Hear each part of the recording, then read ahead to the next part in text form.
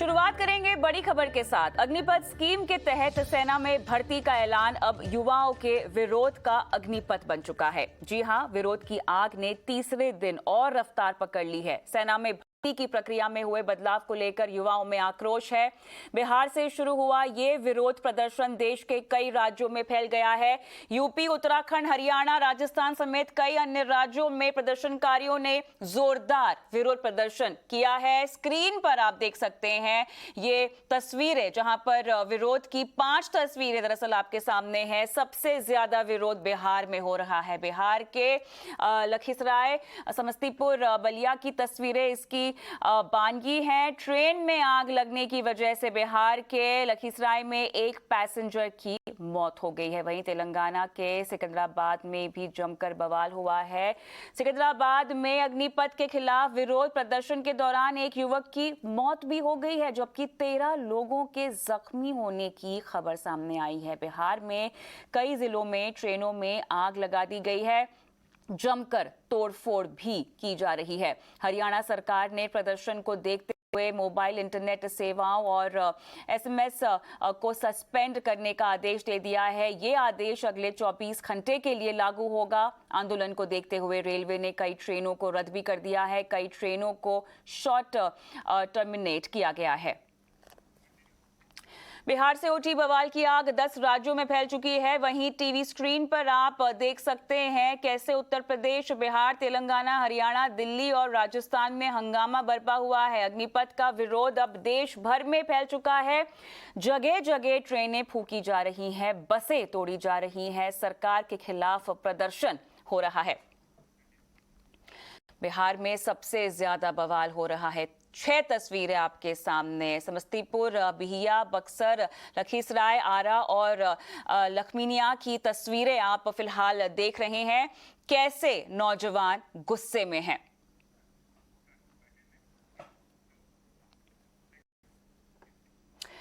बिहार में विरोध प्रदर्शन के साथ राजनीति भी गर्मा गई है। तेलंगाना के सिकंदराबाद, हैदराबाद की तस्वीर इससे अलग नहीं है। सिकंदराबाद में जमकर बवाल हुआ है। प्रदर्शनकारियों ने रेलवे स्टेशन में आगजनी और तोड़फोड़ की। अग्निपथ योजना को लेकर देश भर में 2 दिनों से प्रदर्शन जारी है। प्रदर्शन की आग तेलंगाना तक पहुंच गई है। तेलंगाना के सिकंदराबाद में प्रदर्शनकारियों ने ट्रेन में आग लगा दी। तस्वीरों में आप देख सकते हैं कि कैसे ट्रेन धू-धू कर चल रही है।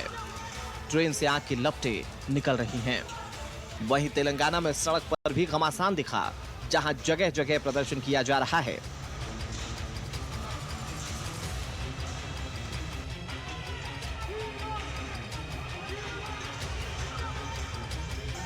हैदराबाद से आई तस्वीरें भी कुछ जुदा नहीं हैं। वहां भी प्रदर्शनकारी छात्रों ने पूरी ट्रेन को आग के हवाले कर दिया, जमकर हंगामा किया। आग को बुझाने के लिए पुलिसकर्मी पुरजोर कोशिश करते रहे। हमारी छात्रों से अपील है कि हिंसा का रास्ता ना अपनाएं।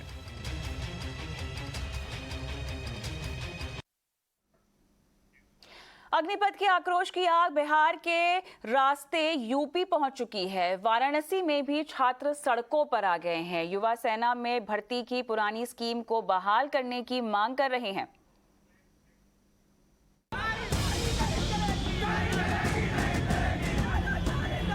अग्निपथ का विरोध बिहार के रास्ते उत्तर प्रदेश में दस्तक दे चुका है।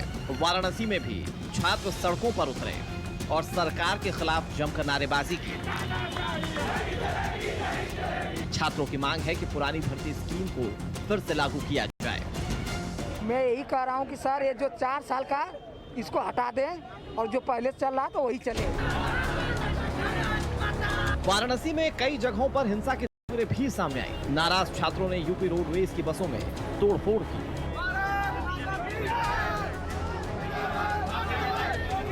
अब मथुरा की इन तस्वीरों को देखिए, जहां प्रदर्शनकारी पूरी तरह बेकाबू हैं। डर और गुस्से से पनपा माहौल आपके सामने है। मथुरा में छात्रों ने हाईवे इलाके के नरहोली चौराहे पर जमकर हंगामा किया। साथ ही गुस्साए छात्रों ने दिल्ली हाईवे को जाम करने की कोशिश की। Bureau report, times now Bharat. इस बीच हैदराबाद से सांसद और एआईएमआईएम प्रमुख असदुद्दीन ओवैसी ने एक बार फिर केंद्र सरकार पर हमला बोला है। उन्होंने कहा है कि इस प्रदर्शन के पीछे कई वजह छिपी हुई हैं। ओवैसी ने कहा है कि सड़क पर लोगों का गुस्सा स्थिति का साफ संकेत देता है। देश में आर्मी, नेवी, एयरफोर्स के जो लोग जाते हैं, हमारे सोल्जर्स, वो एक ऑनरेबल प्रोफेशन है। वो किसी की जान लेते हैं या किसी की जान अपनी जान दे देते हैं, और उनको आप इस तरह से ट्रीट कर रहे हैं कि 4 साल क्या मतलब? क्यों 4 साल भाई? किस लिए कर रहे हैं आप ये गलत फैसला है। ना उसमें ग्रेचुइटी, ना उसमें डियरनेस अलाउंस। आप प्रधानमंत्री बड़ा वादा किए थे 2014 में कि 1 रैंक 1 पेंशन, यहाँ तो यहाँ रैंक है ना यहाँ पे पेंशन है, और 1 लाख से ज्यादा वैकेंसीज हैं हमारे सिपाहियों की। चीन बैठा हमारी जमीन पर, पाकिस्तान से हमको खतरा है। आप इस तरह का गलत हरकत किए हैं, गलत फैसला है। देश के प्रधानमंत्री को फौरन, क्योंकि उनकी गलत फैसले की वजह से आज नौजवान भारत में रोड पर निकल आया है, तो उनका ये काम है कि फौरन जिस तरह उन्होंने लैंड लॉस को और फार्म लॉस को वापस लिया, देश के प्रधानमंत्री को अपना इस टीओडी का फैसले को वापस लेना पड़ेगा। ये देश के हित में नहीं है, ना आर्मी, नेवी, एयरफोर्स के हित में है। ये केंद्र की मोदी सरकार की अग्निपथ योजना के खिलाफ देश के कई राज्यों में युवा सड़क पर उतर आए हैं। कई राज्यों में युवा सड़कों पर अग्निपथ योजना के खिलाफ प्रदर्शन भी कर रहे हैं। वहीं इस योजना को लेकर सांसद संजय ने मोदी सरकार पर हमला भी बोला है और बीजेपी को झूठा पार्टी करार दिया है। देखिए, भ्रष्ट पथ पे चल चुकी मोदी जी की सरकार ने ये अग्निपथ योजना इस देश के अंदर नौजवानों को धोखा देने के लिए, उनको विश्वासघात करने के लिए लाई है। इस देश के नौजवान उम्मीद कर रहे थे कि सेना की भर्ती चालू होगी, और जो सेना में रहकर देश की सेवा के साथ साथ अपने परिवार और अपनी सुरक्षा के जो उनके मन में भाव रहता है, इस योजना ने उस भाव को खत्म किया है। ये योजना प्राइवेट कंपनियों के लिए सिक्योरिटी गार्ड ट्रेनिंग सेंटर बना रही है भारत की सेना को। मोदी जी ने प्राइवेट कंपनियों के लिए ये योजना लागू की है। 4 साल के बाद सेना से निकले हुए ये जवान किसी काम के नहीं रहेंगे, तो ये प्राइवेट कंपनियों के लिए सिक्योरिटी गार्ड का काम कर सकते हैं। और उन्हीं प्राइवेट कंपनियों के लिए जिनके हाथों नरेंद्र मोदी जी ने सेल बेचा, कोल बेचा, पोर्ट बेचा, एयरपोर्ट बेचा, स्टेडियम बेचा, रेल बेचा, जिनके हाथों बीपीसीएल बेचा, एलआईसी बेचा, बैंक बेचा, उन्हीं प्राइवेट कंपनियों के लिए सिक्योरिटी गार्ड बनाने की ये योजना है। तो ये प्राइवेट कंपनियों को फायदा पहुंचाने के लिए नरेंद्र मोदी जी योजना लेके आए हैं, नंबर 1। और दूसरी बात, इस देश के नौजवानों को बार बार इस भारतीय झूठा पार्टी ने ठगा है। अग्निपथ स्कीम के क्या है नफा नुकसान, पेश है इसी पर स्वदेश विशेष।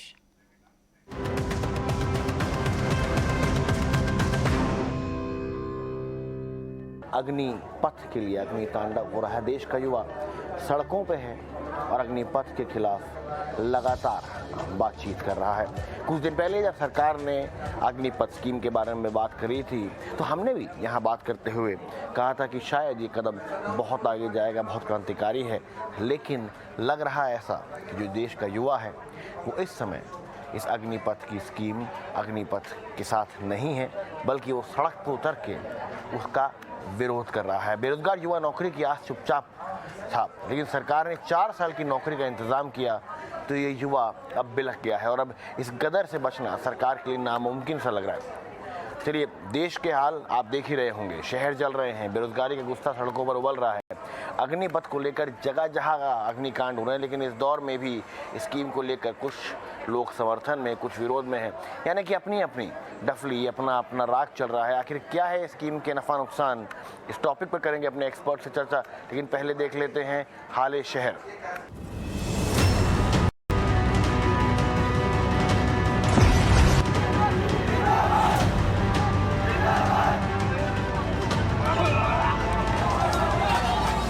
बिहार से यूपी, दिल्ली से बंगाल, हरियाणा से राजस्थान, हर जगह पहुंच चुकी है अग्निपथ की ये आंच।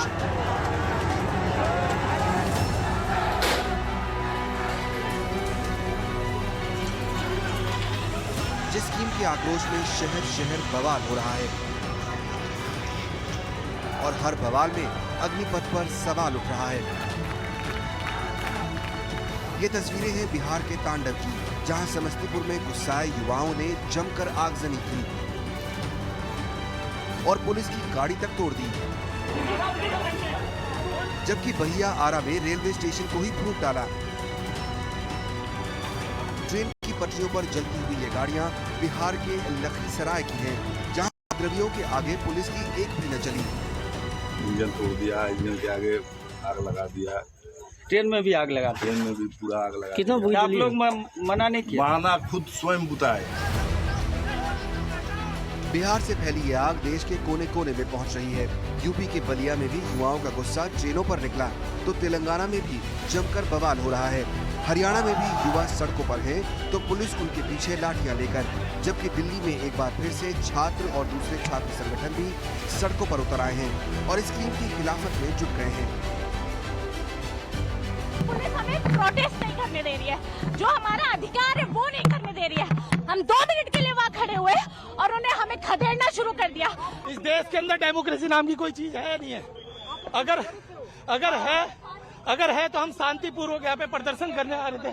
सर समस्या ये है, अग्निपथ योजना जो है वो सरासर गलत है, युवाओं के साथ एक छल है। 4 साल का कॉन्ट्रैक्ट बेसिस पे आर्मी के अंदर जॉब देना, ये सरासर कहीं भी लाजमी नहीं है। वहीं मामला बढ़ता देख सरकार के मंत्री फ्रंट फुट पर आ गए हैं। कोई इसे विपक्ष की साजिश बता रहा है, तो कोई इस स्कीम को युवाओं का सुनहरा भविष्य। वहीं इस बीच रक्षा मंत्री भी सामने आए और उन्होंने बताया कि अग्निवीरों की भर्ती की आयु सीमा को 21 से बढ़ाकर 23 साल किया गया है। इसलिए युवाओं के भविष्य को ध्यान में रखते हुए और उनके प्रति संवेदनशीलता दिखाते हुए प्रधानमंत्री जी के अनुमोदन पर सरकार ने फैसला किया है कि अग्निवीरों की भर्ती की आयु सीमा को इस बार बढ़ाकर 21 से 23 वर्ष कर दिया जाए। यह वन टाइम रिलैक्सेशन दिया गया है। इससे बहुत सारे नौजवानों को अग्निवीर बनने की पात्रता स्वतः मिल जाएगी। और मैं यह भी कहना चाहता हूं कि भर्ती प्रक्रिया कुछ ही दिनों में प्रारंभ होने जा रही है। जो पूरी तरीके से मेंटली फिजिकली फिट होगा, मैं समझ रहा हूँ उसको उसके बाद जो है, क्योंकि 26 साल तक की ही एक नौकरी है ये 4 साल की, तो वो उसके बाद जो दूसरे अन्य डिपार्टमेंट होते हैं वहाँ पर रिटायर्ड फौजियों को ज़्यादा तरजीह दी जाती है लेने के लिए सर्विस में, तो उनको बाद में और मौका मिलेगा, फायदा होगा उन लोगों को। अब हम आर्मी में 4 में से 1 को कह रहे हैं कि लेंगे, और ये 4 साल में रेडी टू जॉब रहेंगे। 12 लाख से 20 लाख उनको पड़ेगा। गृह मंत्रालय के सारे पैरामिलिट्री राज्यों के दरवाजे, फिर आने वाले समय में फिर उनकी नियुक्ति, यानी एक तरह से स्किल्ड फॉर जॉब हो, रेडी टू जॉब होगा। विरोध की इस आग के बीच भारतीय वायुसेना अग्निपथ को लॉन्च करने को पूरी तैयार है। उनकी माने तो युवा अग्निवीरों के आने से वायुसेना को फायदा ही होगा। सो इसमें ये जो यंग मोटिवेटेड टेक्नोलॉजी सेवी लोग जो आ रहे हैं अग्निवीर, ये तो ऑटोमेटिकली हमारे इथॉस में फिट हो ही जाएंगे, तो इसमें मेरे को कोई प्रॉब्लम नहीं लगता। एयर पावर आपको पता है वैसे भी स्पीड फ्लेक्सिबिलिटी के लिए ही मेन फैसेट्स हैं हमारे एयर पावर के, एयरफोर्स के, एंड उसके लिए भी यंग लोग के पास ज़्यादा एनर्जी है, ज़्यादा फिटनेस है। सो ये ऑटोमेटिकली ये एक करेक्ट बैलेंस बनेगा इन यंग लोगों का और एक्सपीरियंस लोगों का, जो अनुभवी, जो हमारे जो रेगुलर कार्डर वाले होंगे, और इस करेक्ट बैलेंस के साथ हमारी ऑप पोटेंशियल और भी ज़्यादा होगी, इसका मेरा पूरा विश्वास है। युवाओं का गुस्सा और ज्यादा भड़क रहा है और सरकार उसको थामने के बजाय भर्ती प्रक्रिया और तेज कर रही है। थल सेना आने वाले 2 दिनों में और वायुसेना 24 जून से ये भर्ती शुरू कर देगी।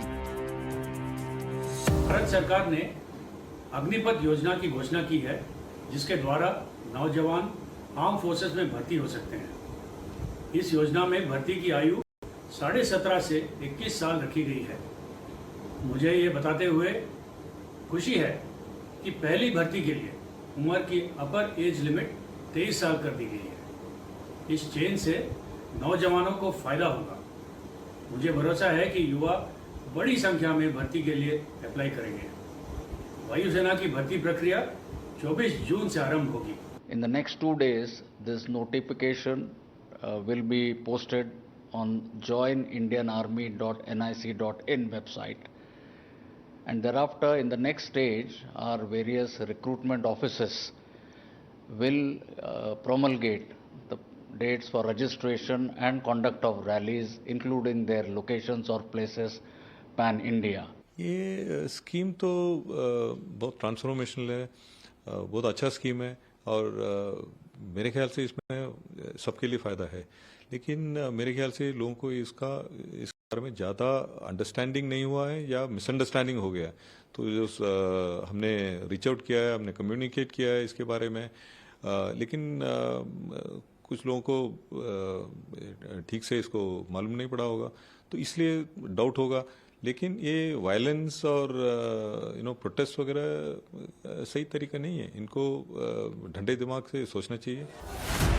बहरहाल देश भर से आ रही ये तस्वीरें इस बात का इशारा कर रही हैं कि मामला अभी और गर्माएगा। न तो सरकार सुन रही है, न युवा समझ रहा है। बस अग्निपथ के अग्नितांडव में देश धड़क रहा है। ईटी नाउ स्वदेश। चलिए हम इसके और अंश भी आपको दिखाएंगे। आज पूरे आधे घंटे में हम अलग अलग हिस्सों की तस्वीरें भी दिखाएंगे और अंश भी दिखाएंगे, लेकिन उससे पहले हम इस पर बातचीत भी करेंगे। हमारे साथ कौन गेस्ट रहेंगे इस पर बातचीत करने के लिए, इस पर और समझने के लिए हमारे साथ अभिजीत सिंह, जो कि फॉर्मर नेवल ऑफिसर हैं, वो मौजूद है। अभिजीत सर, बहुत बहुत शुक्रिया हमसे बात करने के लिए। क्यों है युवा नाराज आपके हिसाब से?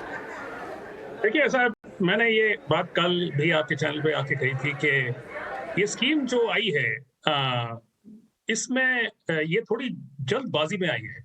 इसमें ना तो कोई ट्रायल हुआ, ना कोई पायलट प्रोजेक्ट था, और ये है कि ऐसा लगता है कि इस स्कीम को बिना सोचे समझे जो है इम्प्लीमेंट कर दिया गया है। जबकि मैं आपको बताऊं कि इस स्कीम के दो पहलू हैं। इसके एडवांटेजेस काफी हैं। इस बात में सच्चाई है कि मिलिट्री मॉडर्नाइजेशन के लिए, एक टेक सेवी मिलिट्री फोर्स बनाने के लिए और जो आर्मी की एज प्रोफाइल है उसको कम करने के लिए शायद ऐसी स्कीम का आना जरूरी था और लाजमी है। और अगर आप एक्सपर्ट से बात करें, जो सीनियर जनरल्स हैं, एडमिरल्स हैं, एयर मार्शल्स हैं, वो बताएंगे आपको कि किसी न किसी स्टेज पे हमारी इकोनॉमिक रियलिटी आरबीएफ वगैरह में, लेकिन ये जो बात है इसकी कोई गारंटी नहीं दे रहा। ये सिर्फ एक जिसे बोलते हैं कि एक सपना है कि होगा। और मैं काफी साल रहा हूं सर्विसेज में, मुझे ये बात पता है कि लैटरल इंडक्शन के लिए ब्यूरोक्रेसी को, जो सीएपीएफ्स हैं, उन्हें खुद बड़े रिजर्वेशंस हैं, वो ये एक्सेप्ट बिल्कुल नहीं करते कि सर्विसेज से जो लोग डिमोबिलाइज हों वो सीधे हमारे रैंक्स में आ जाएं। वो उनका रैंक का बैलेंस खुद खराब होता है। तो ये प्रेफरेंस की बात जो है, ये प्रायोरिटाइजेशन की बात जो है, ये वहीं तक रह गई है। ये सिर्फ एक प्रॉमिस है, इसमें कोई जो है गारंटी नहीं दी जा रही कि ये जो बच्चे 4 साल के बाद जो बाहर आएंगे उनको जॉब सिक्योरिटी कोई होगी। दूसरी बात ये है, और सबसे जरूरी बात ये है कि जब आप 75% लोगों को, 75% लोगों को निकालने वाले हैं, तो आप डिसाइड कैसे करेंगे कि किसको निकालना किसको नहीं। 4 साल का टाइम जो होता है वो ट्रेनिंग के लिए ही बहुत कम है। 6 महीने की ट्रेनिंग दी जाएगी। 6 महीने में आप एक ऐसा सैनिक तैयार कर ही नहीं सकते जो जाके बॉर्डर पे खड़ा हो और जिसको इक्विपमेंट सारा पता हो और जिसको सारी सेफ्टी ड्रिल्स पता हो। उसके लिए उसको लंबी ट्रेनिंग चाहिए होगी। तो होगा ये कि ये जो जितने अग्निवीर हैं, ये 4 साल जो रहेंगे, ये बेसिकली टूरिस्ट बन के रहेंगे। इनको जो बैटल हार्डी लोग हैं वो प्रोटेक्ट कर रहे होंगे और इनका इवैल्यूएशन भी नहीं हो पाएगा। और बड़ी मुश्किल होगी ये बताने में कि कौन से 25% को हम रखें और कौन से 75% को हम जाने दें। दूसरी बात, जब आप ये स्कीम 3-4 साल तक चलाएंगे और इतने सारे लोग आएंगे, तब जो फौज का एसेंशियल बैलेंस है between recruits and between experience fighters, वो चेंज हो जाएगा। आप देखें कि अगर 4-5 साल तक ये स्कीम चलती है, हो सकता है पहले 1-2 साल में दिक्कत ना आए, और नेवी में और एयरफोर्स में मेरा मानना है कि ज्यादा दिक्कत शुरुआती सालों में नहीं आएगी। लेकिन 3 या 4 साल बाद जब आपके फौज में ज्यादा अग्निवीर होंगे और कम एक्सपीरियंस लोग होंगे, तब वो फौज कितनी इफेक्टिव रहेगी वॉर फाइटिंग में, ये एक बड़ा सवाल है। तो मैं ये नहीं कह रहा हूं कि ये स्कीम, इसमें सवाल सिर्फ इस पॉइंट ऑफ व्यू से उठाए जाएं कि जॉब नहीं है, सिक्योरिटी नहीं है, कोई पेंशन नहीं है। अगर आप इफेक्टिवनेस की, मिलिट्री इफेक्टिवनेस के पॉइंट ऑफ व्यू से भी देखें तो उस पॉइंट ऑफ व्यू से भी ये बात समझ में नहीं आती कि ये स्कीम इंप्लीमेंट होगी कैसे। तो बस मेरा ये कहना है कि इस स्कीम में थोड़े संशोधन की जरूरत है, थोड़ा सा इसको फाइन ट्यून करना पड़ेगा। इसे पहले तो कम से कम 50% को आप रिटेन करें और 50% को जाने दें और बाद में चाहे तो उसे कम करें, लेकिन इस फॉर्म में जिस स्थिति में ये अब है, जिस स्थिति में इसको प्रेजेंट किया गया है, उस स्थिति में ये युवा, जो गांव का युवा है, उसे ये एक्सेप्टेबल कतई नहीं। मैं आपसे समझना चाहता था कि क्या ग्लोबल कई और जगहों पे इस तरह के कोई फॉर्मेट चले और वो सक्सेसफुल हुए? देखिए, ये बात कही जा रही है कि साउथ कोरिया में ऐसी स्कीम है, बात की जा रही है कि सिंगापुर में ये जो स्कीम है ये इम्प्लीमेंट की गई है। देखिए, जो कॉन्स्क्रिप्ट स्कीम है ये काफी जगह इम्प्लीमेंट की गई है, ऐसा नहीं है कि, और सुना जाता है कि काफी साल पहले इंडिया में भी ऐसी, भारत में भी ऐसी एक स्कीम थी जिसमें 5-6 साल बाद जो है वो 15 साल की जगह जवानों को 5 या 6 साल रख के उनको फिर कहीं किसी और जॉब में अकोमोडेट किया जाता था, लेकिन फौज में नहीं रहते थे वो। लेकिन आपको ये समझना चाहिए कि, और हमें ये समझना चाहिए कि हमारी सोशल रियलिटीज जो हैं, जो हमारी आर्थिक सच्चाइयां हैं, वो बहुत अलग हैं। वो साउथ कोरिया से और सिंगापुर से कंपेयर नहीं की जा सकती। कैरेक्टरिस्टिक्स बिल्कुल परे हैं। हमारे जो बच्चे, जो पूल है बच्चों का जो ज्वाइन करते हैं, ये हमें समझना चाहिए, ये टेक सेवी बच्चे नहीं हैं जो ज्वाइन करेंगे। ये बात की जा रही है कि हम टेक सेवी लोग लेंगे, हम एजुकेशनल इंस्टीट्यूशंस जाएंगे, एजुकेटेड जो लोग हैं, जो आईटी में एजुकेटेड हैं, उनको लेंगे। देखिए, आईटी में एजुकेटेड लोग जो है वो ऑफिसर काडर नहीं ज्वाइन कर रहे। जब वो ऑफिसर काडर नहीं ज्वाइन कर ले तो ये आपने कैसे मान लिया है कि वो जवानों के काडर ज्वाइन करेंगे?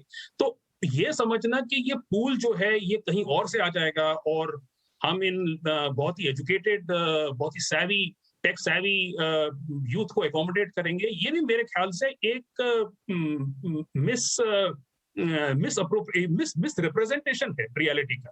रियलिटी ये है कि ये गांव देहात से बच्चे आएंगे, ये टियर 2 सिटीज के बच्चे होंगे, ज्यादा इनमें एजुकेशन नहीं होगी, लेकिन इनमें जुनून होगा सर्व करने का। और हमें ये समझना चाहिए कि नेवी और एयरफोर्स की बात नहीं करते, आर्मी की बात करते हैं, जबकि मैं खुद नेवल ऑफिसर रहा हूं। लेकिन मैं ये कहता हूं कि ये प्रॉब्लम जो है ये ज्यादा आर्मी के लिए आती है, इतनी एयरफोर्स और नेवी की नहीं है। कि आर्मी में अभी भी नाम नमक निशान चलता है। यहाँ पर सॉलिडेरिटी इंपॉर्टेंट है, जिसे कहते हैं एस्पिरिट कोर इंपॉर्टेंट है, यहाँ पे सॉलिडेरिटी इंपॉर्टेंट है। आपको ऐसा बंदा चाहिए जो बॉर्डर पे खड़ा हो सके, अपने सीने पे गोली ले सके। और 4 साल के लिए जो बच्चा आएगा, जो एक कॉन्ट्रैक्चुअल एम्प्लॉयमेंट में होगा और जिसे अपने यूनिट के लिए ना सॉलिडेरिटी होगी, सिर्फ इनसिक्योर होगा, उससे ये एक्सपेक्ट नहीं किया जा सकता कि वो एक योद्धा बने, जिस तरीके का योद्धा हम अपनी फौज में चाहते हैं।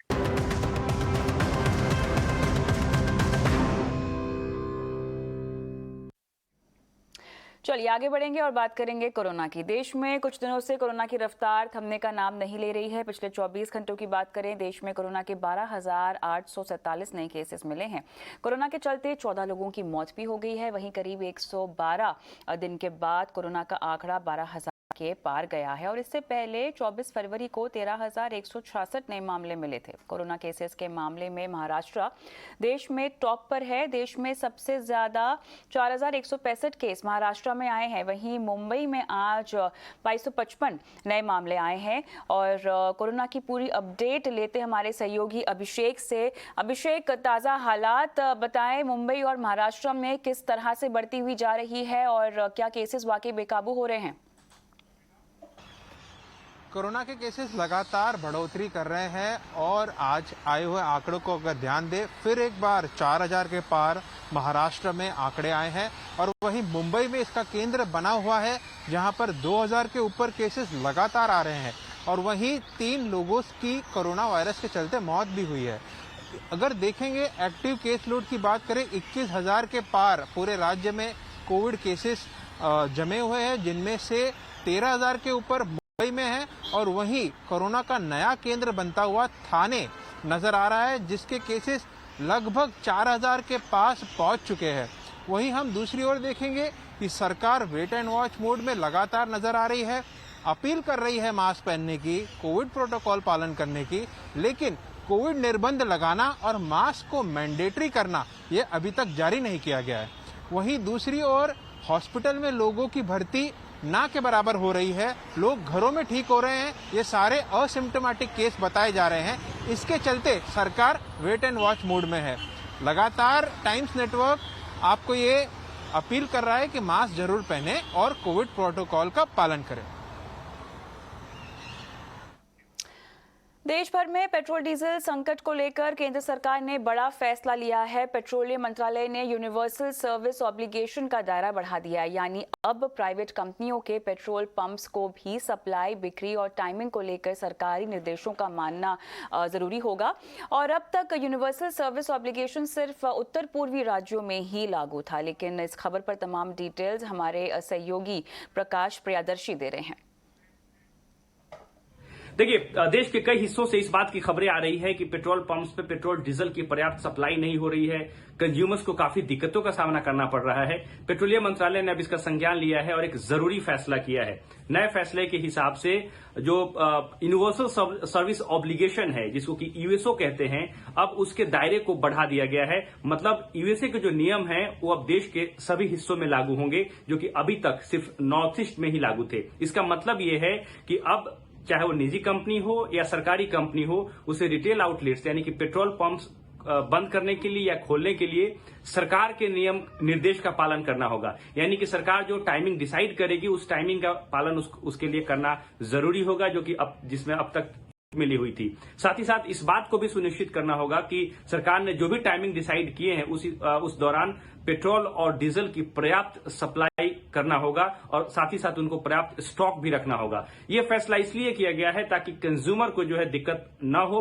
कई ऐसे पेट्रोल पंप्स हैं जहां पर पेट्रोल डीजल की सप्लाई रुक गई है, खासकर वहां पर जहां पर प्राइवेट कंपनियों के पेट्रोल पंप्स ज्यादा है। उन राज्यों की अगर बात कर लें, कर्नाटक है, मध्य प्रदेश है, राजस्थान है, जहां पर ये दिक्कतें ज्यादा है क्योंकि यहां पर प्राइवेट कंपनियों के पेट्रोल पंप्स ज्यादा है और ये कंपनियां क्योंकि पेट्रोल पर उन्हें करीब 12-13 रुपए का घाटा हो रहा है, डीजल पे करीब 25 रुपए का घाटा हो रहा है, तो वो अपने पेट्रोल पंप से पर्याप्त सप्लाई नहीं कर रही हैं। करीब 50% से भी ज्यादा की कटौती कर चुकी हैं और इसके बदले वो एक्सपोर्ट कर रही हैं। इसकी वजह से जो पीएसयूज कंपनीज हैं उनके रिटेल आउटलेट्स पर काफी बोझ बढ़ गया है, दबाव बढ़ गया है और जिससे कंज्यूमर्स को दिक्कतों का सामना करना पड़ रहा है। जीएसटी दरों में कटौती और स्लैब मर्जर के प्रस्ताव और दरों में कटौती को लेकर आज ग्रुप ऑफ मिनिस्टर्स की अहम बैठक हुई, लेकिन इस बैठक में इन तमाम मुद्दों पर सहमति नहीं बन पाई है, जिसके बाद अब इसी महीने के आखिर में एक बार फिर से जीओएम की बैठक होगी। और क्या कुछ खास रहा है बैठक में, सहयोगी प्रकाश प्रियदर्शी एक बार फिर से आपको समझा रहे हैं। देखिए, जीएसटी रेट रेशनलाइजेशन के ऊपर जिस ग्रुप ऑफ मिनिस्टर्स का गठन हुआ था उसकी एक अहम बैठक आज हुई कर्नाटक के चीफ मिनिस्टर की अध्यक्षता में। ये बैठक वैसे तो वीडियो कॉन्फ्रेंसिंग के जरिए हुई। कर्नाटक के मुख्यमंत्री ने बैठक के बाद ये बताया कि जो अंतरिम रिपोर्ट है उसको तैयार कर लिया गया है और अगली जो बैठक होगी जीएसटी काउंसिल की, उस बैठक में इसको सबमिट किया जाएगा। 28-29 जून को श्रीनगर में जीएसटी काउंसिल की बैठक होने जा रही है। लेकिन सूत्रों के हवाले से जो जानकारी हमें मिल रही है उसके हिसाब से इस बैठक में जो मोटे तौर पे जो सिफारिशें थी और जो प्रस्ताव है उस पर आम सहमति नहीं बन पाई है। दरों में बड़े पैमाने पर बदलाव पर कोई सहमति नहीं बनी। स्लैब के मर्जर से संबंधित जो प्रस्ताव था उस पर भी सहमति नहीं बनी। सूत्र हमें ये भी बता रहे हैं कि कुछ ऐसे सर्विसेज जहां पर अभी एग्जेम्पशन दिया जाता है, जीओएम इस बात की सिफारिश कर सकती है जीएसटी काउंसिल से कि उन एग्जेम्पशंस को हटा लिया जाए। मसलन कि आरबीआई सर्विसेज पे जो एग्जेम्पशन दिया जा रहा है उसको हटाया जा सकता है, जीओएम इसकी सिफारिश कर सकती है। इसके अलावा हॉस्पिटल्स रूम जहां पर जो रेंट है वो 5,000 रुपये से ज़्यादा है, वहां पर एग्जेम्पशन दिया जाता है, उसको भी हटाने की सिफारिश जीओएम कर सकती है। सोर्स हमें भी बता रहे हैं कि नॉर्थ ईस्ट में जो एयरपोर्ट्स हैं वो भी एग्जेम्पशन के कैटेगरी में आते हैं, उन्हें भी हटाने की सिफारिश जो है वो जीओएम कर सकते हैं। साथ ही साथ जो टेक्सटाइल के ऊपर इन्वर्टेड ड्यूटी स्ट्रक्चर का जो मसला था उस पर भी सहमति नहीं बन पाई। और एक और मसला था जहां पर सभी सदस्यों ने इस बात की मांग की कि इसको जीएसटी काउंसिल में रखा जाए, वो था जीएसटी कॉम्पनसेशन की जो मियाद है उसको अगले 5 साल तक बढ़ाने की। तो ये तमाम ऐसे मसले हैं जो कि सूत्रों के हवाले से हमें जानकारी मिली है और जीएसटी काउंसिल की जो बैठक होने जा रही है 28-29 को, वहाँ पर इसको रखा जाए। चलिए बात करते हैं शेयर बाजार में आज हुए कारोबार की। हफ्ते के आखिरी कारोबारी दिन बाजार कमजोरी के साथ बंद हुआ। लगातार छठा दिन जब बाजारों ने कमजोरी दिखाई है, यानी बाजार के लिए ये पूरा हफ्ता काफी खराब रहा। मई 2020 के बाद ये पहला हफ्ता जब हमने देखा कि इतनी गिरावट आई। निफ्टी 67 अंक गिरकर 15,293 पर बंद हुआ है। सेंसेक्स में 135 अंकों की कमजोरी हमने देखी। हालांकि बैंकिंग स्टॉक्स में तेजी का आलम रहा। निफ्टी बैंक 126 अंक की तेजी के साथ बंद हुआ। लेकिन बाजार में आज का दिन कारोबार के लिहाज से कैसा रहा, सहयोगी प्रियंका उप्पल आनंद बता रही हैं। देखिए, बिल्कुल क्लियरली एक डायरेक्शन बाजार में दिखी है और वो डायरेक्शन नेगेटिव है, नीचे की तरफ है।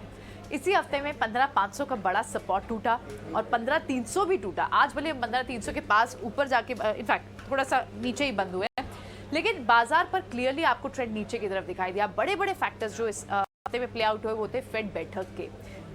रिसेशन में बाजार अब जा रहा है, ये फियर ग्लोबली बाजार को लग रहा है, पार्टिसिपेंट्स को लग रहा है, जिसके चलते आप बाजारों को रिएक्ट होते हुए देख भी रहे हैं। इंडियन मार्केट्स में देखिए आज किस तरह का हाल था। हम शुरुआत से एक दबाव के साथ ओपन हुए और उसके बाद उस दबाव को कहीं से भी बाजार ने एक पुल बैक अटेम्प्ट जरूर किया। In fact multiple pull back, small pull backs attempt किए, लेकिन बहुत मीनिंगफुल पुल बैक नहीं देखने को मिला आज दिन में। Bank Nifty as compare to Nifty बोले तो वहाँ पर आपको बेटर फिर भी स्ट्रेंथ दिखाई दी। और आप लास्ट आवर में, लास्ट 15-20 मिनट्स में देखेंगे तो वहाँ पर आपको लार्ज कैप प्राइवेट बैंक्स जो हैं like HDFC, SBI, axis bank, यहाँ पर थोड़ी सी फिर पुल बैक देखने को मिली। तो बाजार क्लियरली एक डाउनवर्ड डायरेक्शन में दिख रहा है। 15,300 के नीचे हम क्लोज हुए हैं। मंडे पर देखना होगा कि किस तरह से global Q scenario play out होते हैं। लेकिन मेटल्स स्टार्टिंग में first half of the trade में आपको थोड़े से वहाँ पर एक शॉर्ट कवरिंग अबाउट लग रहा था। शायद शॉर्ट ट्रेडर्स ने अपनी पोजीशन कवर अप की होगी, जिसके चलते हमने देखा कि वहाँ पर थोड़े से बाउंस बैक देखे। And measures like Tata steel, Hindalco, तो अपने स्पेसेस के मेजर्स में आपको पुल बैक देखने को मिला। लेकिन IT आज पूरी तरह से फिर से दबाव बनाने का ही IT पैक ने काम किया। बड़ा ड्रैगर, इनफैक्ट आप पहले 5-10 काउंटर की बात करेंगे निफ्टी पे तो उसमें फर्स्ट 5 काउंटर्स में आपको ड्रैगर्स में काउंटर्स लाइक HCL टेक या टेक महिंद्रा, विप्रो, ये सारे काउंटर्स आपको दिखाई देंगे। दूसरे और काउंटर्स कौन से थे जिन्होंने बाजार पर दबाव है? टाइटन आज बेहद वीक दिखा। सबसे बड़ा ड्रैगर अगर बाजार में कोई था तो वो टाइटन था, जिसमें 7% की गिरावट देखने को मिली। दूसरे जो और तो IT ने आज डाउन प्ले किया। फार्मा के बड़े काउंटर लाइक डॉक्टर रेड्डी हो, डिविस लैब हो, वहाँ पर भी आपको वीकनेस देखने को मिली। तो ना IT, मेटल और ना ही आपको pharma space, oil and gas pack में कुछ बहुत ऑयल एंड गैस पैक में इनफैक्ट ONGC तो लगातार दबाव में दिख रहा है। ऑयल मार्केटिंग काउंटर्स आपको आज भी दबाव में दिखाई दे, तो वहाँ से कहीं से भी कोई रिस्पाइट देखने को नहीं मिली। FMCG में कंज्यूमर डिस्क्रिशनरी की कुछ सिलेक्टिव काउंटर्स में कल फिर भी बाइंग थी, लेकिन आज आपको ITC एक स्टॉक ऐसा दिखा जहाँ पर आपने फिर भी देखा कि स्ट्रेंथ के साथ कारोबार हो रहा था। रिलायंस हैवी वेट है, वो 1% तेजी के साथ बंद हुआ। तो बहुत selective pocket, news based driven, बहुत ही selective pocket like capital goods, auto में तो खैर आज प्रॉफिट बुकिंग कहीं ना कहीं आज ऑटो भी थोड़ा ड्रैगर दिखाई दिया। तो बहुत ही सिलेक्टिव बाजार में आज आपको मूव्स दिखाई दिए। क्लियरली आपको दबाव दिखा, वीकनेस दिखी, जिटरीनेस दिखी। और वीकेंड था, फ्राइडे था, तो शॉर्ट पोजीशंस ने, ट्रेडर्स ने अपनी पोजीशन कहीं ना कहीं कवर अप की, जिसके चलते आपको बैंक्स थोड़े से कवर अप हुए, मेटल थोड़े कवर अप हुए। लेकिन ओवरऑल अब देखना होगा बहुत हद तक कि वीकेंड पे हम ग्लोबल सिनेरियो किस तरह का देखते हैं और क्या निकल कर आता है। लेकिन कुछ 2-3 काउंटर्स थे जो FNO के, जो क्लियरली डेल्टा कॉर्प, एक बार उसको लेकर आते हैं। डेल्टा कॉर्प आप देखें तो वहां पर आपको बड़े मूव्स दिखाई दे, क्योंकि उसकी एक सब्सिडरी कंपनी IPO लाने वाली है। सन टीवी, उसके पास डबल अपग्रेड के एक ट्रिगर था, प्लस एक ट्रिगर था IPL से कमाई ज्यादा होगी। तो बहुत ही सिलेक्टिव स्टॉक्स में आज आपको सिर्फ आज बाइंग दिखी या फिर मूव सस्टेन हुए। अदरवाइज सारी तरफ आपको सिर्फ बिकवाली ही देखने को मिली आज। चलिए बताते हैं आपको कि अब बाजार के दिग्गजों का क्या कहना है। गिरते बाजार पर हमसे खास बातचीत में दिग्गजों ने कहा है कि बाजार में अगले 3 से 6 महीने तक चुनौतीपूर्ण समय रहेगा। दिग्गजों के मुताबिक इस गिरावट में कम गिरने वाले quality share bull market leader होंगे। मार्केट थोड़ा रैशनलाइज या फ्लैटिश हो जाएगा, तब आप देखेंगे India will emerge with a higher allocation, because इसमें से रशिया का प्रॉब्लम हो गया है। छोटे छोटे हैं एलोकेशन, जैसे पाकिस्तान है, श्रीलंका है, चाइना है, बहुत बड़ा प्लेयर है, तो इन सब में बहुत डी रेटिंग हो गया है। And India will emerge because एक तो हमारा मैक्रोज बहुत अच्छी तरह हमने हैंडल किए हैं। सेकंड इज कि अगर आप एफआई है तो आपको भी ये एक मार्केट मिला है जहाँ आप बेच पाते हो। बहुत सी ऐसी मार्केट है जहाँ आप शेयर बेच ही नहीं पाओगे। ये यहाँ बेच रहे हैं, ऐसा नहीं है कि इंडिया उनको नापसंद है, भाई उनको इमर्जिंग मार्केट्स में बेचना है और यहाँ पे माल बिकता है, which is a notch higher, very good, which is a very big thing. We in fact हमारा जो स्टेज है post this correction will emerge higher, and I feel, और मेरा एक लाइन है पर्सनल कि stocks that fall less in falling markets are leaders of the next bull market. बहुत बढ़िया। Markets that fall less in a correction globally will be leaders of the next bull. Times certainly are very challenging. It is not very easy because certain things don't add up together. और जिस तरह से international situation बना हुआ है, जरूर ये एक टाइम है कि यहाँ पर कोई शिवाजी बनने की जरूरत नहीं है। एक बाइंग करना है तो एकदम ग्रेजुअल डेफर्ड बाइंग करना चाहिए, एकदम एसआईपी वे से बाय करना चाहिए। और ऐसा लग रहा है शायद और एक 3-6 महीने का पेन रह सकता है, जरूर रह सकता है। एक साइडवेज मूवमेंट भी हो सकता है, वोलेटाइल बहुत हो सकता है, लेकिन एक एसआईपी अप्रोच रखना चाहिए इस मार्केट में ग्रेजुअली एक्यूमुलेट करने के लिए, because uncertainty still is ruling maximum at these levels. Supply chain issues की अगर बात करें तो काफी हद तक ये सप्लाई चेन इश्यूज सॉल्व हुए हैं, क्योंकि सेमीकंडक्टर्स के जो यूजर्स हैं वो स्मार्टफोन कंपनीज हैं। तो अगर हम देखें एप्पल, सैमसंग एक्सेट्रा, ये अपने वेंडर्स को बोल रहे हैं ऑर्डर कट्स के लिए। So what it means is कि ऑटोज जहां पे सेमीज की शॉर्टेज थी वो थोड़ी सी मिटिगेट होगी। Auto companies will get the supplies for the semiconductors etcetera. China में भी जो शंघाई लॉकडाउन हुआ था, that's eased considerably, and the economy is open. If you see US ports also, some of these semiconductors issues have been sorted out. Indian market के लिए particular risk जो रहेगा वो रहेगा oil, और that risk largely comes because ये जो Russian crude है उस पे next 4 to 5 months में थोड़ी sanctions आएंगी कि ships cannot carry, or ships would not be able to get insurance for the Russian crude. So one needs more clarity on what happens on oil. But अगर हम oil और agree commodities को छोड़ दे तो बाकी सारी commodities have corrected sharply in 45 days. Aluminium, copper, zinc etcetera, ये सब 20 से 30% करेक्ट हुए हैं। तो eventually they should also feed through in final product prices. Demand is softening globally, so that should ease off on inflation concerns. Sectors for the time being, for next kind of a 5 to 6 months, our portfolios would be still leaning towards defensive sectors, telecom, autos, thoda utilities वगैरह अच्छे लगते हैं, consumer staples also, rural economy should particularly stand out. And then in next 5 to 6 months, as we get confidence कि inflation is coming under check, one would move more towards financials, one would move more towards later on towards quality industrials. JLR Jaguar land rover लेंगे तो उसमें हमारा priorities रहेंगे immediately जो supply chain challenges जो semiconductor की वजह से हुई है उसके ऊपर हम काम करवाएं और ensure that we get flexible and deliver on our volume plans. वो पहला absolutely top most agenda for JLR। Second priority उधर है जो रीइमेजिन प्रोग्राम, जो इलेक्ट्रिफिकेशन की तरह हमने पूरा जैगुआर ब्रांड जो है वो पूरा इलेक्ट्रिफाइड व्हीकल बन जाएगी, और जो लैंड रोवर है उसमें 6 इलेक्ट्रिफाइड व्हीकल्स लैंड करना है 2025 तक, और हमको डबल डिजिट EBIT जाना है 2026 तक। वो काम हमको पूरा करवाना है और उसमें हम जितना जल्दी से जल्दी कर सकें वो खत्म करना है। तो ये सेकंड प्रायोरिटी है उधर। ये दोनों हम ठीक तरह से निभाएं तो JLR should become automatically net debt free, जो FY24 में उसके लिए टारगेट है। Your target, we are not seeing any reason to make a change in that, and therefore these are the top 3 priorities JLR की तरफ से। Commercial vehicles को देखें, आई थिंक उसमें टॉप प्रायोरिटी है जो मार्केट शेयर ग्रोथ अभी तक हम देख रहे हैं उस पर हम कंटिन्यू करें, और सभी सेगमेंट जो हम बात कर रहे हैं, जो मीडियम हेवीज हो, इंटरमीडिएट लाइट हो, स्मॉल कमर्शियल व्हीकल्स हो, बस तो उस सब में हम मार्केट शेयर गेन जो देख रहे हैं, we should continue that. Second profitability है, उसमें वो डबल डिजिट EBITDA लेके आना है। जो अभी हम स्टील प्राइसेस की गिरावट तो अभी देख रहे हैं और प्रेशियस मेटल्स की गिरावट जो देख रहे हैं, we believe that will help us also get to the double digit EBITDA that this business always delivered. तो सेकेंड प्रायोरिटी है उधर। और थर्ड प्रायोरिटी देयर जो फ्यूचर इलेक्ट्रिफिकेशन रोड मैप है, नेट जीरो रोड मैप जो commercial vehicles के लिए हैं, we have already launched the ACE electric vehicle, that is the start of the electrification journey, उसकी शुरुआत है। और भी प्रोडक्ट्स आएंगे। We would just like what we are in the passenger vehicle business, commercial vehicles business में भी हम वो इलेक्ट्रिफिकेशन को लीड करना चाहेंगे। ये 3 प्रायोरिटी हैं as far as commercial vehicles is concern. Passenger vehicles को लेंगे तो उसमें जो ग्रोथ देख रहे हैं, जो मार्केट शेयर गेन देख रहे हैं, we should continue that's top priority. और सेकेंड है उसमें जितना जल्दी से जल्दी get to as close to double-digit EBITDA for that business. That is the plan, that is the target, and we should get that business to cash positive, which we already are, sustain that. Second priority. And third priority, जो electrification देख रहे हैं, उसका penetration है अभी 7.5% of our portfolio. मतलब जो 100 car बेचेंगे तो 7.5 cars उसमें electrified cars है। उसको हम by 2025 we have to take it to 25 car उसमें electrified cars होने की है। That is an important plan as far as the electrification roadmap which we want to lead. So each of these businesses का 3 priorities यही है।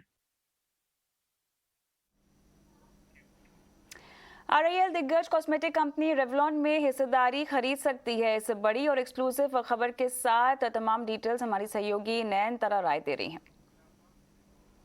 आज हम आप सबके लिए एक बहुत ही बड़ी खबर ला रहे हैं एक्सक्लूसिवली। मुकेश अंबानी के रिलायंस इंडस्ट्रीज बहुत सीरियसली देख रहे हैं कि अगर वो रेवलॉन को अमेरिका में खरीद सकते हैं। रेवलॉन जो इतना मशहूर है वर्ल्ड वाइड अपने नेल पॉलिशों के लिए, अपने लिपस्टिकों के लिए, कंपनी ने बैंक्रप्सी के चैप्टर 11 फाइल किया है अमेरिका में। और इसी बात मुकेश अंबानी का रिलायंस इंडस्ट्रीज बहुत सीरियसली देख रहे हैं कि अगर वो बिड सबमिट करेंगे या नहीं करेंगे। जब हम रिलायंस की बात करें, उनके बहुत बड़े प्लान्स हैं ब्यूटी और पर्सनल केयर सेगमेंट के लिए। सूत्रों के अनुसार वो 400 स्टोर्स खोलना चाहते हैं नायका जैसे कंपनियों के साथ कम्पीट करने के लिए। ये जो स्टोर्स होंगे वैल्यू स्टोर्स होंगे जिसमें आपको सस्ते ब्रांड्स भी मिलेंगे। लग्जरी ब्रांड्स के स्टोर्स को भी खोला जाएगा, मल्टी ब्रांड स्टोर्स को भी खोला जाएगा। आप सोचिए जैसे मेकअप कॉस्मेटिक्स का एक सुपरमार्केट सोचिए जब हम मल्टी ब्रांड स्टोर्स की बात करें। ऑनलाइन तो होगा ही होगा, वो रिलायंस ब्रांड्स का एक प्लेटफॉर्म भी बना जा रहा है मेकअप के लिए, ये हमें सूत्रों से पता लग रहा है। रेवलॉन कुछ ही दिन पहले ने बैंक्रप्सी के लिए फाइल किया था, तो ये भी देखना होगा कि और कौन सी पार्टियां वर्ल्ड वाइड इतनी बड़ी ब्रांड को खरीदने के लिए बिड सबमिट करेंगे। हमने रिलायंस को ईमेल भेजा था उनके कमेंट के लिए, उन्होंने अभी तक आंसर नहीं किया। बायोडिग्रेडेबल प्लास्टिक के क्वालिटी स्टैंडर्ड को लेकर ईटी नाउ स्वदेश की खबर पर मुहर लग गई है। हमने आपको 14 जून को बताया था कि सरकार जल्द ही क्वालिटी स्टैंडर्ड जारी कर सकती है और केंद्र सरकार ने बायोडिग्रेडेबल प्लास्टिक के लिए क्वालिटी स्टैंडर्ड जारी कर दिए हैं। ये सिंगल यूज प्लास्टिक को चलन से बाहर करने की दिशा में बेहद अहम कदम होगा और खबर की डिटेल समीर दीक्षित दे रहे हैं। एक बार फिर ईटी नाउ स्वदेश की खबर पे मुहर लगी है। जैसा हमने आपको 14 जून को ही बताया था कि सरकार तैयारी कर रही है बायोडिग्रेडेबल प्लास्टिक के लिए क्वालिटी स्टैंडर्ड्स तय करने के लिए और उसी दिशा में अब BIS यानी कि ब्यूरो ऑफ इंडियन स्टैंडर्ड्स ने बायोडिग्रेडेबल प्लास्टिक के लिए क्वालिटी स्टैंडर्ड्स तय कर लिए हैं, नोटिफिकेशन जारी कर दिया गया है। दरअसल ये बायोडिग्रेडेबल प्लास्टिक ये सिंगल यूज प्लास्टिक का एक बेहतर ऑल्टरनेटिव विकल्प के तौर पर देखा जा रहा है, जिसके लिए क्वालिटी स्टैंडर्ड्स फिलहाल सरकार ने जारी कर दिए हैं। हम सभी को पता है कि सिंगल यूज प्लास्टिक अलग अलग रूप में इसका जबरदस्त इस्तेमाल भारत में होता है, चाहे वो plastic straw, plastic cutlery, cupcake वगैरह के रूप में हो। और सरकार की मंशा यही है कि सिंगल यूज प्लास्टिक पर प्रतिबंध जुलाई से लगा दिया जाए, इसके इस्तेमाल पर रोक लगाई जाए। हालांकि अगर आप इसी पूरे विषय को इंडस्ट्री के नजरिए से देखेंगे तो इंडस्ट्री लगातार सरकार से ये गुहार या अपील लगा रही है कि वो इस जुलाई से जो प्रतिबंध लगाने की मंशा है इसको फिलहाल आगे बढ़ा दे, क्योंकि सिंगल यूज प्लास्टिक का फिलहाल कोई ठोस विकल्प मौजूद नहीं है। और ऐसे में अगर फौरी तौर पर प्रतिबंध लगाया जाता है तो ये FMCG सेक्टर पे एक नेगेटिव इंपैक्ट जरूर लाएगा। तो इंडस्ट्री लगातार सरकार से अपील कर रही है कि ये जो बैन की तारीख या टारगेटेड टाइमलाइन है इसको जुलाई से कुछ समय के लिए कम से कम 4 से 6 महीने के लिए आगे बढ़ा दिया जाए। हालांकि सरकार के सूत्रों के मुताबिक सरकार इस विषय पे गंभीरता से मंथन कर रही है और संभावित है कि जो बैन लगाने की योजना है इसको कुछ समय के लिए आगे बढ़ा दिया जाए, यानी कि कुछ रिलैक्सेशन इंडस्ट्री को दे दी जाए। ये रिलैक्सेशन ये मियाद कब तक की होगी इस पर फैसला सरकार अभी लेगी और जिसके बारे में औपचारिक घोषणा जल्द की जा सकती है। लेकिन सिंगल यूज प्लास्टिक के पूरे उस खाके की तरफ सरकार ने क्वालिटी स्टैंडर्ड्स तय कर दिए हैं बायोडिग्रेडेबल प्लास्टिक के लिए और ये अब बहुत जल्द जो है इसको सिंगल यूज प्लास्टिक के जो बड़ी तस्वीर पेश करनी है सरकार को, उस दिशा में एक अहम कदम माना जा रहा है। केंद्र सरकार ने ऑयल मार्केटिंग कंपनियों से एथेनॉल खरीद बढ़ाने को कहा है। एक बैठक में सभी स्टेक होल्डर्स को कहा गया है कि 2025 तक 20% की ब्लेंडिंग के लक्ष्य को पूरा करने के लिए पर्याप्त एथेनॉल की खरीद कर ली जाए। इस खबर पर पूरी डिटेल प्रकाश प्रियदर्शी दे रहे हैं। देखिए, सूत्रों के हवाले से हमें जानकारी मिल रही है कि सरकार ने एथेनॉल ब्लेंडिंग प्रोग्राम की समीक्षा की है सभी स्टेक होल्डर्स के साथ मिलकर, और इस बात की रणनीति बनी है कि जो मौजूदा टारगेट है उसको कैसे हासिल किया जाए। इस बैठक में पेट्रोलियम मंत्रालय के टॉप अधिकारी शामिल रहे हैं, साथ ही साथ पब्लिक डिस्ट्रीब्यूशन डिपार्टमेंट्स के जो टॉप ऑफिशियल्स हैं वो भी इस बैठक में शामिल रहे हैं। सूत्र हमें बता रहे हैं कि ऑयल मार्केटिंग कंपनीज को इस बात के निर्देश दिए गए हैं कि जो एथेनॉल प्रोक्यूरमेंट है उसमें तेजी लाई जाए और जो भी रुकावटें रास्ते में दिख रही हैं उसको दूर करने के प्रयास किए जाएंगे। साथ ही साथ इस बात की भी रणनीति बनी है कि जो चालू एथेनॉल सप्लाई ईयर है 2021-22 जो कि नवंबर तक है, उसमें 215 करोड़ लीटर एथेनॉल की सप्लाई जो है वो की जाएगी। जैसा कि आपको पता है कि तीनों ऑयल मार्केटिंग कंपनीज ने चालू सप्लाई ईयर के लिए 443 करोड़ लीटर का ऑर्डर दिया है, जिसमें से 224 करोड़ लीटर की सप्लाई जो है वो हो चुकी है। साथ ही साथ ऑयल मार्केटिंग कंपनीज ने चालू सप्लाई ईयर के लिए करीब 112 करोड़ लीटर का अतिरिक्त ऑर्डर जो है वो दिया है और उसके लिए टेंडर निकाले हैं। सूत्र हमें यह भी बता रहे हैं कि जो समस्या डिस्टिलरीज को आ रही है उस पर भी चर्चा की गई है और सरकार ने इस बात के आश्वासन दिए हैं कि महंगी फूड प्राइसेस के बावजूद भी जो एथेनॉल प्रोडक्शन का टारगेट है उसको हासिल किया जाएगा और ये जो प्रोग्राम है इस पर किसी तरह का कोई प्रभाव नहीं पड़ेगा। जैसा कि आपको पता है कि अभी तक पेट्रोल में एथेनॉल ब्लेंडिंग जो है वो 10.04% के लेवल पर पहुंच गया है और सरकार 2025 तक इस टारगेट को 20% तक करना चाहती है। देश में कुछ हिस्सों में अभी भी भीषण गर्मी पड़ रही है और लोग बारिश की बूंदों का इंतजार कर रहे हैं, लेकिन कुछ राज्य ऐसे हैं जहां इस समय बरसात आफत बनकर बरसी है। असम में बारिश ने कोहराम मचा रखा है, सैकड़ों गांव बाढ़ की चपेट में है। वहीं मेघालय में भी बारिश और बाढ़ से मुश्किल हालात बने हुए हैं। जनजीवन पूरी तरह से अस्त व्यस्त हो गया है और कितनी दिक्कतें वहां पर फिलहाल आ रही हैं, हमारे सहयोगी निबीर डेका वहां से आपको अपडेट दे रहे हैं। हम अभी मौजूद है गुवाहाटी के एक सातगांव एरिया में। यहाँ पे आप परिस्थिति देख चुके हैं, पूरा पानी जो है जम गया है। यहाँ पे पूरी तरह से वाटर लॉगिंग की समस्या आ चुकी है क्योंकि लगातार जो है 5 दिनों से लगातार बारिश हो रहा है और इसी कारण यहाँ का पूरा रास्ता जो ये बंद हो चुका है। और ये केवल एक ही जगह नहीं है गुवाहाटी में जो ऐसा हुआ है, लगातार सारी जगहों पर बाईलेन हाईवे सब जगहों पर यही ऐसी परिस्थिति है गुवाहाटी में। और ये गुवाहाटी के अलावा आप अगर लोअर असम में जाएंगे, लोअर असम में भी एक सिमिलर यहाँ पे फ्लड हो चुका है। नलबारी डिस्ट्रिक्ट हो या फिर आप बरपेटा डिस्ट्रिक्ट हो, सारे जगहों पे फ्लड हो रखा है और बौजाली डिस्ट्रिक्ट जो है वो सबसे बुरी तरह से इफेक्टेड हो चुका है। और अभी इस जो पानी जम गया है, लोग उधर उस पार नहीं जा पा रहे हैं, बहुत ही कनेक्टिविटी में दिक्कत आ चुका है। ओवरऑल 18 डिस्ट्रिक्ट अभी बुरी तरह से इफेक्टेड है फ्लड्स में और लगभग 6,21,190 लोग इस फ्लड में जो है इफेक्टेड है और 4 ह्यूमन लाइफ आज लॉस हो चुका है। सो काफ़ी यहाँ पे नुकसान हुआ है फ्लड के वजह से। और एक फ्लड के लिए सबसे ज़्यादा नुकसान होता है वो है इकोनॉमी के लिए बहुत ही नुकसान होता है। अभी हम जानेंगे कैसे लोगों को पानी की वजह से कैसे बिजनेस में इफेक्ट आ गया है।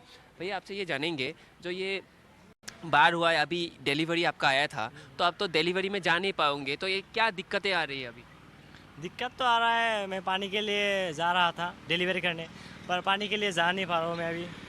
पानी के लिए बहुत दिक्कत हो रहा है क्योंकि गुवाहाटी में हो रहा है अभी मतलब 2-3 दिन से हम लोग भी बैठा था पानी के लिए। अभी तो डिलीवरी करने वाला था पर पानी के लिए कैंसिल हो रहा है। सो लास्ट ये अभी 5 दिनों से पूरा बारिश आ रहा है, तो आपका डिलीवरी में आपका नुकसान कम हो गया ऑर्डर्स पहले से? बहुत मतलब ऑर्डर तो है पर पानी के लिए हम ऑर्डर मान नहीं पा रहा है, मतलब पानी के लिए डिलीवर नहीं कर नहीं पा रहा है हम, बहुत दिक्कत आ रहा है हमको। तो ऐसे अगर चलता रहा तो क्या और मुसीबतें आ सकती है?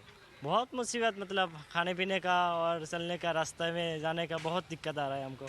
तो ये देखिए कि जो फ्लड के वजह से, जो वाटर लॉगिंग की वजह से सबसे इम्पोर्टेंट बात ये है कि इकोनॉमिकली एक बहुत ही मुश्किल सिचुएशंस क्रिएट कर देते हैं क्योंकि ये लोग अभी जो है डिलीवर नहीं कर पा रहे। अभी यहाँ पे जो लोग यहाँ पे है जो कि जाने के लिए सोच रहे हैं, आप जाएंगे अभी इधर पानी से? जाएंगे।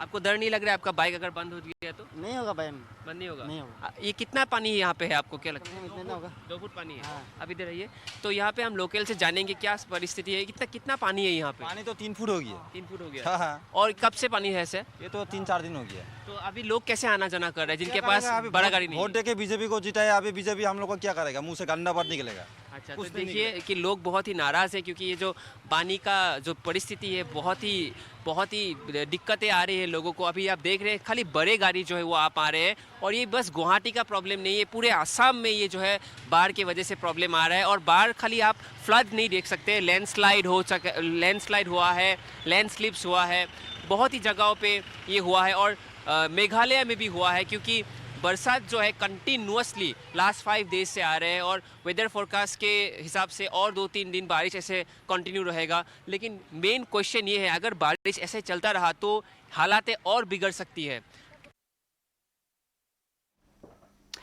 चलिए, इसी के साथ स्वदेश आर में आज के लिए इतना ही। मुझे भी इजाजत दें। नमस्कार।